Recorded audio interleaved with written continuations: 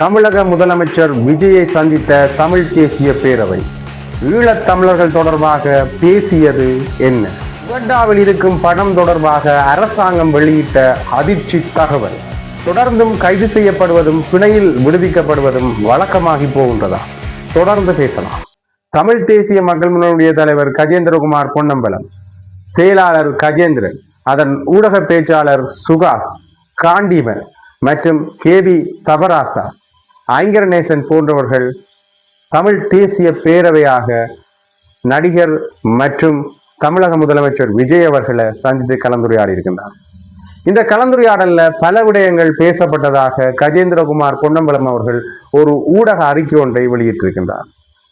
ஈழத் தமிழர்கள் எதிர்கொள்கின்ற பிரச்சனைகள், தமிழ் தேசிய ரீதியான பிரச்சனைகள், தேசிய இனப்பிரச்சனை சார்ந்த விடயங்கள், அது மட்டுமில்லாமல் சமஷ்டி அடிப்படையிலான சுயநிர்ணய உரிமை சம்பந்தமாக இலங்கை அரசாங்கத்துக்கு அழுத்தம் கொடுக்க வேண்டும் என்கின்ற முக்கிய விடயங்கள், அரசியல் கைதிகள் விடுதலை மற்றும் இலங்கை இந்திய மீனவர்கள் பிரச்சனை சம்பந்தமான விடயங்களும் அலாவலாவப்பட்டிருந்தது என்கின்ற விடயத்தை கஜேந்திரகுமார் பொன்னம்பலம் அவர்கள் அந்த ஊடக அறிக்கையில தெரிவித்திருக்கின்றார். வழமையாகவே இந்த தமிழக முதலமைச்சரையோ அல்லது தமிழகம் சார்ந்த மக்கள் பிரதிநிதிகளையோ இலங்கையிலிருந்து தமிழ் தேசிய பரப்புல பயணிக்கிற கட்சிகள் சார்பில் பிரதிநிதிகள் சென்று கலந்துரையாடுறது ஒரு வழக்கமான விடயமாகவே இருக்கின்றது. ஆனால் அங்க கலந்துரையாடல் எவ்வாறு இருக்கும் என்றால், இந்த தமிழ் தேசியம் சார்ந்த பிரச்சனைகள் தொடர்பாக அவர்கள் ஒரு கோரிக்கையையும் அழுத்தம் கொடுக்குமாறு ஒரு விண்ணப்பத்தையும் வச்சுட்டு வாடுறது ஒரு வழமையான விடயம்தான். அதுல இருந்து ஏதாவது மாற்றங்கள் நடந்ததான்னு கேட்டீங்கன்னா இல்லை என்றுதான் சொல்லுவோம். ஏனென்றால் இந்தியா சார்பான விடயங்கள் தொடர்பாக நாங்கள் பார்க்கின்ற பொழுது, ஜெனீவாவில் இந்தியா சார்ந்து பேசப்படுகின்ற பொழுது, ஈழத்தமிழர்கள் பிரச்சனை சம்பந்தமான விடயங்கள் வருகின்ற பொழுது ஜெனீவாவில் இந்தியாவினுடைய கருத்து எவ்வாறு இருந்தது என்றால், இந்த மாகாண சபை தேர்தலை நடத்த வேண்டும் என்கின்ற விடயத்தை மட்டும்தான் ஒரு அழுத்தமாக கொடுத்திருந்தார்கள்.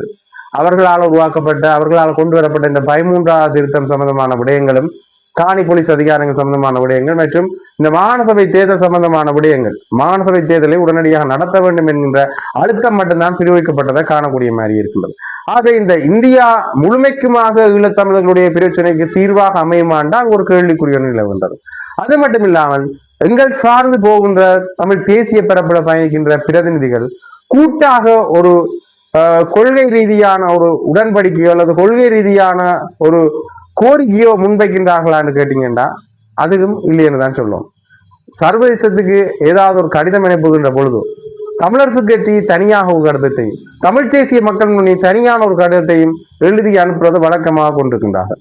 இது தொடர்பான ஒற்றுமை கையெழுத்து வைக்கின்ற ஒரு ஒன்று கூடலையோ கூட்டங்களின் போதோ முன்னுக்கு பின் முரணான கருத்துக்களை கதைக்கிறதும், அது மட்டும் இல்லாமல் அவர்களுடைய கருத்தியல் சார்ந்த ஒரு முரணே அல்லது இருவர் சார்ந்த விடயங்கள்லையும் ஆளாளுக்கு ஒவ்வொரு குறைபாடுகளை சொல்றது ஒரு வழக்கமான விடயமாகவே இருந்து வருகின்றது. அதே போல இந்தியாவுக்கு சென்று தமிழகம் சார்ந்த பிரதிநிதிகளை சந்திக்கின்ற பொழுதோ அல்லது மத்திய சார்ந்த பிரதிநிதிகளை சந்திக்கின்ற பொழுதோ அல்லது மத்தியில் இருக்கிற பிரதிநிதிகள் இலங்கைக்கு வருகை தருகின்ற பொழுதோ இவர்களது சந்திப்புகளும் தனித்தனியாக இடம்பெறுவதை காணக்கூடிய மாதிரி இருக்கின்றது. ஒன்றாக கூட்டங்கள் இடம்பெற்றாலும் கூட அதுல ஒவ்வொரு பேரும் தங்களுடைய கருத்து நிலைப்பாடுகள் என்கின்ற அடிப்படையில வேறு விதமான கருத்துக்களை சொல்கின்றார். ஆகவே தமிழர்களுக்கு, ஈழத்தமிழர்களுக்கு இதுதான் பிரச்சனை என்கின்ற ஒரு பொதுவான பிரச்சனைகளின் கீழே ஒன்றுபட முடியாத ஒரு சூழ்நிலையில தான் தமிழ் தேசிய பரப்புல பயணிக்கின்ற கட்சிகள் இருக்கின்றன. கஜேந்திரகுமார் பொன்னம்பலம் அவர்கள் அங்க சென்று இது தொடர்பான விடயங்களை பேசினது காலத்தின் தேவை. 2 திராவிட கட்சிகள் வழக்கமாக ஆட்சி பீடமேறுற தமிழ்நாட்டில் இப்பொழுது தமிழக வெற்றி கழகம் என்கின்ற ஒரு புது கட்சியோடு வந்திருக்கின்றது. ஆகவே தமிழர்கள் சார்ந்த பிரச்சனைகள் தொடர்பாக பேச வேண்டிய ஒரு தேவை பாராளுமன்ற உறுப்பினர் கஜேந்திரகுமார் பொன்னம்பலம் அவர்களுக்கு இருக்கின்றது. அது காலத்தின் தேவை. ஆனால் அந்த விடயங்களையும் ஒரு கட்சி சார்ந்து அல்லது ஒரு தனியான நிலைப்பாடுல முன்வைத்து விட்டு வந்திருக்கின்றார் என்றது ஒரு விமர்சனமாக சமூக வலைத்தளங்கள்ல பேசப்படுறதை காணக்கூடிய மாதிரி இருக்கிறது. ஆகவே இப்படியாக ஊடக பரப்புல இப்படியான விடயங்கள் பேசப்படுவது ஒரு அவர்களுக்கான ஒரு விமர்சனமாக இருக்கிறது. உண்மையிலேயே இந்த விடயங்கள் சார்ந்து பார்க்கின்ற பொழுது கஜேந்திரகுமார் பொன்னம்பலத்தினுடைய செயல்பாடு வரவேற்கத்தக்கது. ஆனால் அதை தமிழ் கட்சிகள் ஒன்றிணைந்து செய்தால் நன்றாக இருக்கும் என்றுதான் தன்னுடைய அவாவாக இருக்கின்றது. அது மட்டும் இல்லாமல் இன்னொரு முக்கியமான விடயம் தொடர்பாகவும் நாங்கள் பார்க்க இருக்கின்றோம்.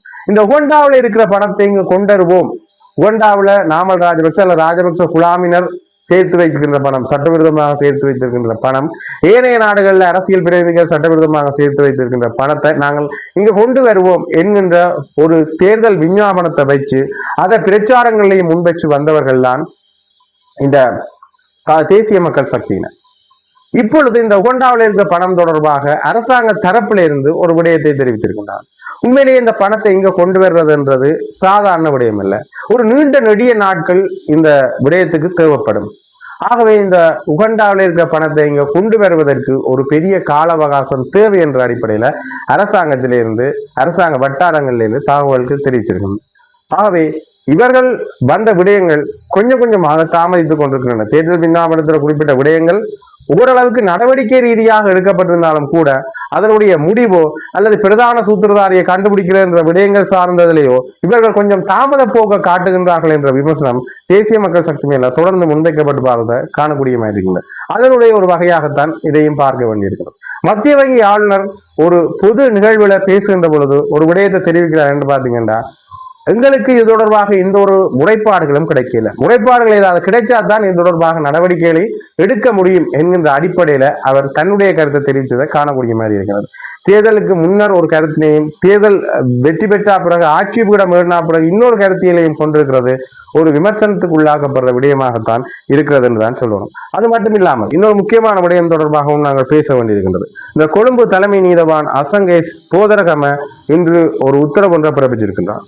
சட்டத்தண்ணி ரஹித நிர்மல ராஜபக்ச, அது மட்டும் இல்லாமல் எஸ்டிஏபி கட்சியினுடைய ரோகண அமைப்பாளர் சரித வசந்த குமார் அபேசிங்க மற்றும் சிவில் விமான போக்குவரத்து அதிகார சபையினுடைய முன்னாள் விமான நிலைய பணிப்பாளர் வருஷ கெனடிகே அருணஸ்ரீ சதுரங்க ஆகியோர் வருகின்ற ஜூலை 17, 2026 வரை மேலும் விளக்கமறியல் இருக்குமாறு உத்தரவிடப்பட்டிருக்கின்றது.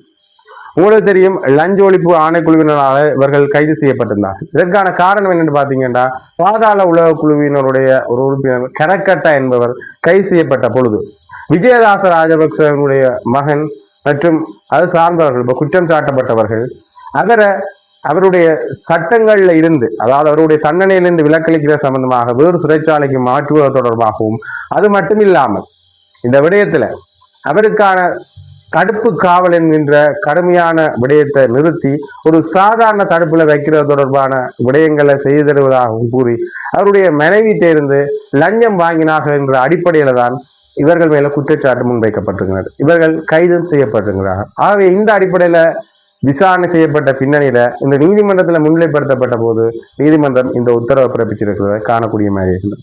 அதே மாதிரி இன்னொரு வழக்கு விடயம் சம்பந்தமான ஒரு கைது ஒன்றும் இன்றைய தினம் காலை 10:05 மணி அளவில் இடம்பெற்றிருந்தது. அதாவது வசந்த கருணாகுட அவர்கள் கைது செய்யப்பட்டிருந்தார். இதற்கான காரணம் என்னென்று பாத்தீங்கன்னா, ஏற்கனவே ஜோசித ராஜபக்ச அவர்கள் கைது செய்யப்பட்டிருந்தார். ஒரு தகுதி நிலைகள் இல்லாம கடற்படையினுடைய கடேட் பிரிவில் உள்வாங்கப்பட்டிருந்தார். அது மட்டும் இல்லாமல் அவர் உள்வாங்கப்பட்டது மட்டுமில்லாமல் அவர் பயிற்சிக்காக அரச நிதியை பயன்படுத்தி பிரித்தானியாவுக்கு சென்றிருந்தார்.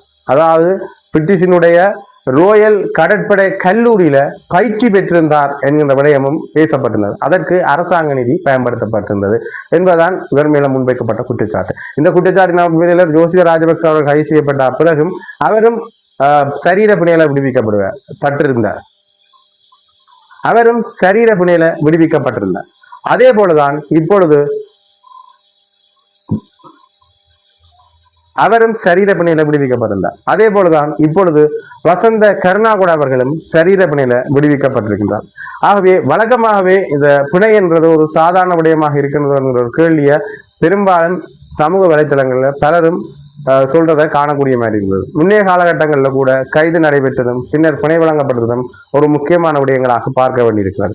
ஆனால் இந்த பிணை எப்படி வழங்கப்பட்டிருக்கிறது என்று பாத்தீங்கன்னா, வசந்த கருணாகுடவால எந்த ஒரு சாட்சியங்களுக்கும் ஆபத்து இல்லை என்கின்ற நிலை தெரிவிக்கப்பட்டு அந்த விடயத்தை இந்த பிரதிவாதிகள் தரப்புல நீதிமன்றத்துல சமர்ப்பிக்கிறதுக்கு அல்லது ஒரு காத்திரமான விளக்கமாக கொடுப்பதற்கு தவறி இருக்கின்றார்கள் என்ற அடிப்படையில அவருக்கு பிணை வழங்கப்பட்டிருக்கின்றது. ஆகவே இவ்வளவு விடயங்களும் இன்றைய பரப்புல வந்த செய்திகளாக காணப்படுகின்றது.